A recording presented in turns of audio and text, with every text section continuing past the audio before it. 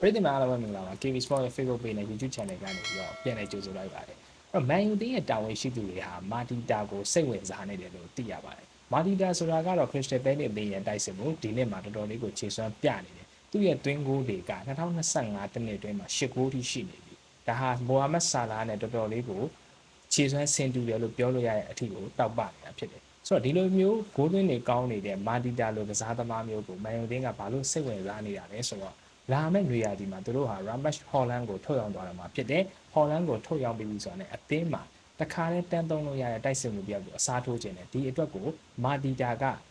နံပါတ်1ဦးစားပေးဖြစ်လာတာဖြစ်တယ်ပေါ့နော်ဆိုတော့မာတီတာကိုမန်ယူသင်းကဒါတာဝန်ရှိသူတွေနဲ့ပြောဆိုဆက်သွယ်ထားရဆိုလို့ပဲ Crystal Palace ကိုတော့လုံးဝဆက်သွယ်ထားမှုမရှိသေးဘူးလာမယ့်နေရာဒီမှာမာတီတာကအသင်းပြောင်းလာဖို့ဆန္ဒရှိရဆိုရင်တော့ Crystal Palace ကိုကမ်းလှမ်းသွားမှာဖြစ်တယ်Crystal Palace အသင်းကတော့မာတီတာကိုလောလောနဲ့လက်လွတ်သွားမှာမဟုတ်ဘူးသူတို့အသင်းကလက်ရှိမှာ2နှစ်စာချုပ်ကျန်နေတဲ့မာတီတာကိုအနည်းဆုံးပေါင်သန်း40တောင်းဆိုသွားမယ်ဒီပမာဏကိုပေးနိုင်မှာပဲရောင်းထုတ်သွားမှာဖြစ်ပါတယ်အဲ့တော့ Man U ရဲ့တာဝန်ရှိသူတွေအခုလိုမျိုးစိတ်ဝင်စားနေတဲ့မာတီတာရဲ့အပြောင်းရွှေ့တာနေရာဒီမှာဖြစ်လာမလားဆိုတာမသိသေးပေမဲ့တေချာတာတစ်ခုကတော့တကယ်ဆက်တယ်ခဲ့ရဆိုပြီးတော့ပြင်သစ်သတင်းဌာန Epic ကနေပြီးတော့ဖော်ပြထားတယ်တော်တော်လေးကိုစိတ်ဝင်စားဖို့ကောင်းတယ်လာမယ့်နေရာဒီမှာမာတီတာ Man U ကိုရောက်လာမလားဆိုတာပါပဲ